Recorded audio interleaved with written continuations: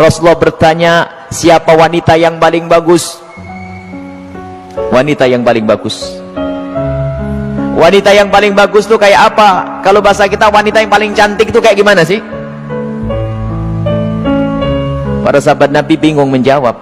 Ada yang ngomong mungkin dalam hatinya berkata, mungkin sholatnya ya, mungkin puasanya, mungkin semuanya pakai mungkin. Pada bingung, pada noleh ke sana kemari, tidak bisa menjawab wanita yang paling mulia itu seperti apa. Sayyidina Ali juga tidak bisa menjawab.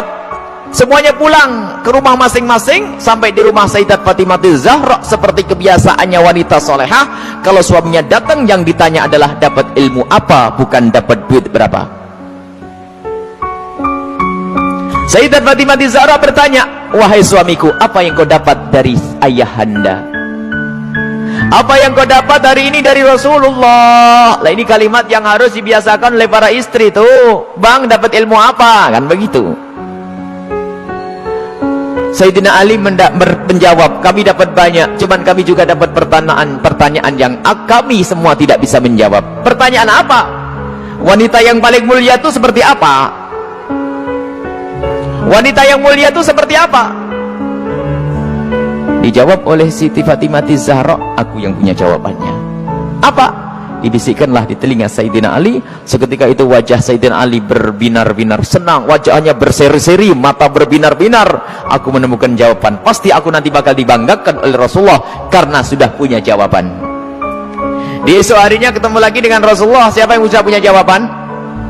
Para sahabat Nabi masih bingung. Tiba-tiba Sayyidina Ali berkata, kami punya jawaban ya Rasulullah.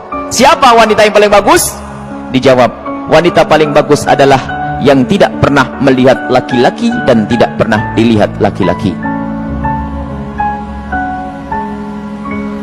Rasulullah paham siapa yang ngasih tahu. Siapa yang ngasih tahu? Sayyidina Ali malu. Yang ngasih tahu tentu orang yang paling dekat denganmu ya Rasulullah. Sayyidat Fatimah Zahra yang membisikkan bahwasanya wanita mulia adalah yang tidak pernah melihat laki-laki dan yang tidak pernah dilihat laki-laki. Maknanya apa? Bukan tidak melihat seperti ini, maknanya apa? Kalau dilihat laki-laki nggak senang. Dan kalau ada laki-laki tidak penasaran, siapa itu? Oh hidungnya, oh bukan itu rendah.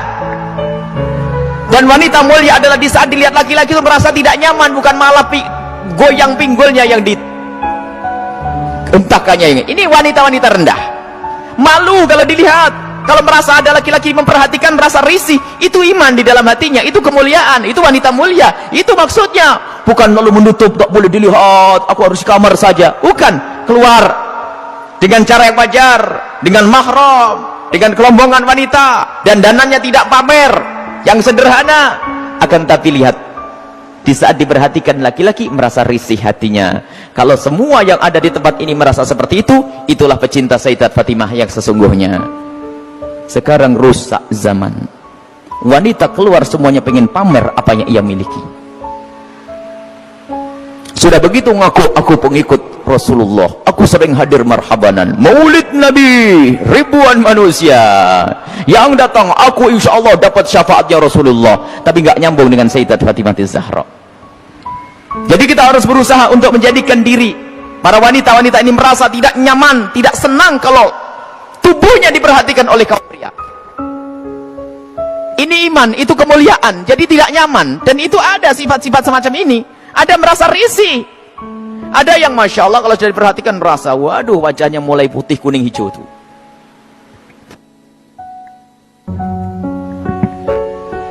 Ada kalau sudah diperhatikan laki-laki berubah semuanya, mulai cara berjalannya, mulai cara ininya masya Allah, sampai cara ngomongnya di model-model. Pasti itu wanita yang tidak pernah kenal Sayyidat Fatimah Zahra. Dan ini maksudnya tidak melihat dan tidak dilihat itu adalah menjauhkan hari hatinya rasa senang pamer dan dananya.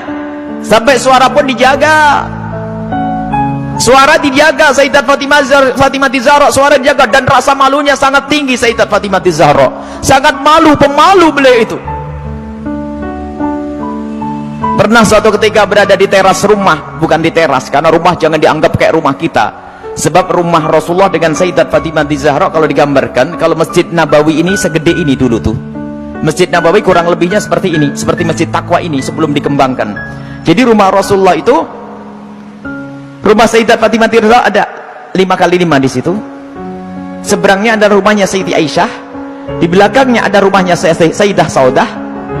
Kemudian nanti istri Rasulullah yang lainnya ada diajar begitu. Jangan dianggap rumahnya di kampung sana, di kota sini, bukan. Jadi rumahnya hanya kecil-kecil begitu. Sehingga ada fitnah yang pernah disebar bahwasanya Siti Fatimah Zahra pernah ditendang Sayyidina Umar bin Khattab. Ini kan fitnah pada Sayyidina Umar. Memangnya nggak ada yang denger yang lainnya? Oh, kecil begini, kalau sampai Siti Fatimah sampai jerit-jerit nangis pasti kedengaran.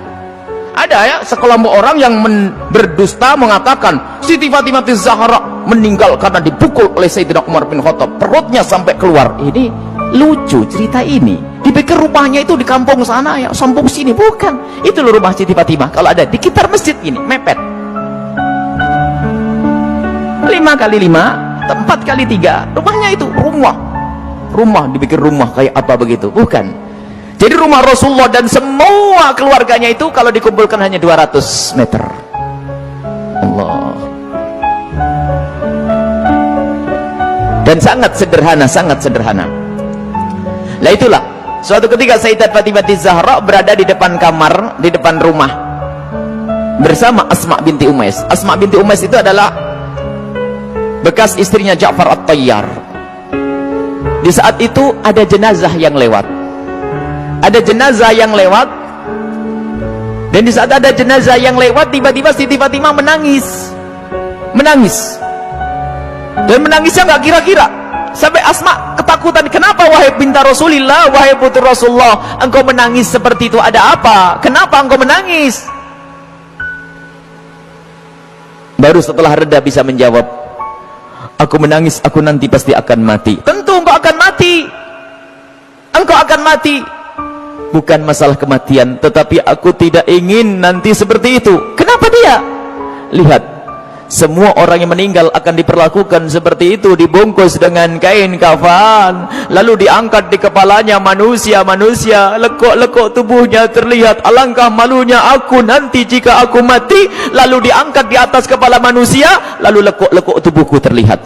Oh, mikir lekuk tubuhnya. Subhanallah.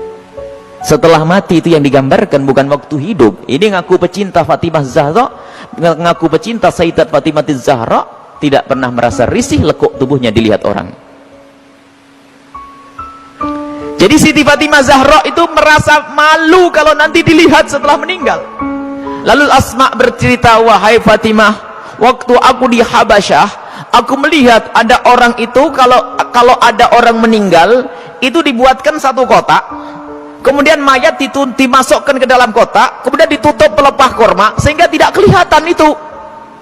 Kalau bahasa kita keranda.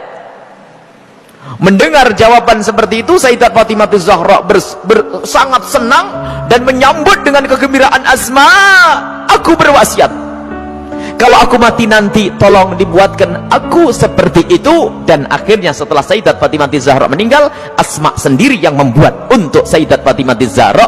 Dan inilah di dalam sejarah disebutkan bahwa pertama kali orang pakai keranda di dalam Islam adalah Sayyidat Fatimah Zahra. Bukan masalah pertamanya, tapi kita harus tahu maksudnya apa. Ini loh yang penting. Maksudnya adalah menjaga kehormatan. Padahal juga nggak apa-apa orang mati kelihatan auratnya pun tidak dosa. Orang meninggal tidak ditanya lagi oleh Allah. Akan tapi rasa malunya Sayyidat Fatimah Zahra sampai menghantarkan beliau untuk berwasiat kalau meninggal nanti agar dibuatkan yang demikian ini. Dan termasuk wasiat yang lainnya apa? Agar dikubur di malam hari. Tidak ingin, masih ingin, takut kalau dilihat oleh orang. Inilah Sayyidat Fatimah Zahra. Jadi rasa malunya luar biasa. Dan ini pendidikan dari Rasulullah SAW. Memang kita harus banyak mencontoh beliau. Rasa malu ini mahal. Kalau sudah malu ini dicabut dari seseorang, maka semuanya akan dilakukan dari keharaman. Rasa malu ini kemuliaan, malu yang sesungguhnya, malu kepada Allah, malu kita melakukan kemaksiatan. Dan malunya seorang wanita itu adalah kemuliaan. Siti Fatimah adalah suri toladannya. Subhanallah.